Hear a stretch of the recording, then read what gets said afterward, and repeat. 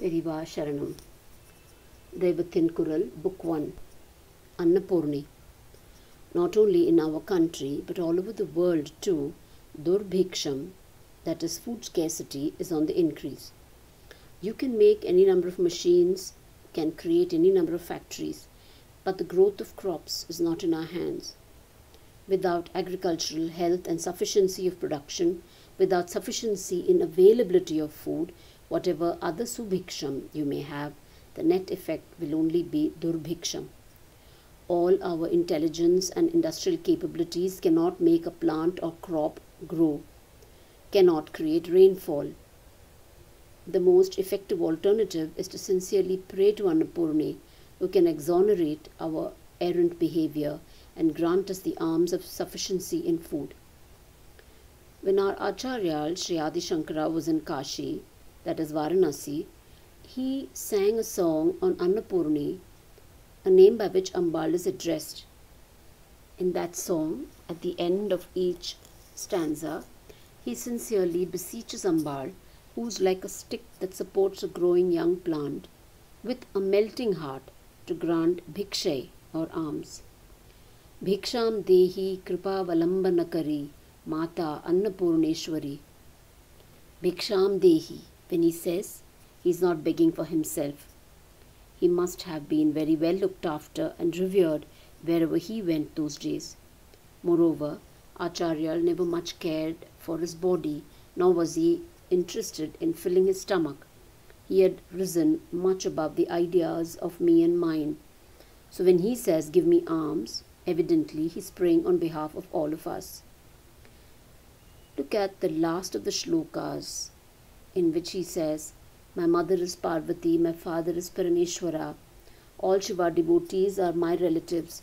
All the three worlds are my home." So when he begs, he is begging the supreme power on behalf of all the three worlds. He makes this request to Ambal to suit us who do always pray for ourselves only. It is not enough to pray for food only. What is the use of only eating and filling this gross body of ours and putting on weight?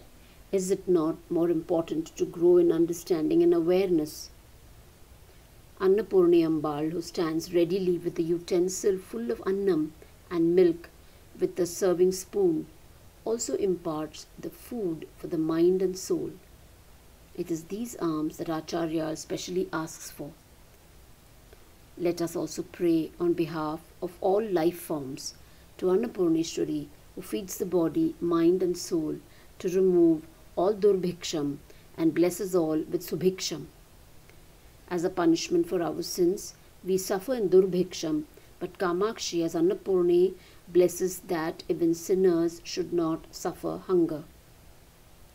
In Kerala, there is a place, Sherukundam, which is also Annapurna Kshetram. There they feed all visitors. In addition, they hang food packets on the tree outside the temple so that not only latecomers but even thieves may not go hungry. When such a mother is available today in the world, when things are going so awfully wrong, we can easily assess how much we have sinned individually and collectively against ourselves and nature. In Charaka Samhita, there is a prediction as stated by Atreya. He says, in a country or city or village, if the people in power misbehave, the common man is left with no choice but to copy and follow. When adharma thus becomes the norm, the devas decide to forsake the people, since all devas are like the bureaucracy of the government. When the devas forsake the common man, seasons fail. Atmosphere, oceans, rivers and the earth suffer innumerable aberrations. It either does not rain or there is too much rain. Out of season rain can be equally harmful as lack of rain in season. Floods, earthquakes and melting of ice caps occur. New mutations of disease-causing germs happen. To get out of this vicious cycle of self-destruction, we have to realize our errors and make an about turn in our attitudes. Then Annapurni herself will give us Anna Bhikshay and Jnana Bhikshay. That is the prayer made by Acharya on our behalf. Annapurne Sadapurne Shankara Pranavallabhe Jnana Vairagya Siddhyartham Bhiksham Dehim Cha Parvati. Periva Sharanam.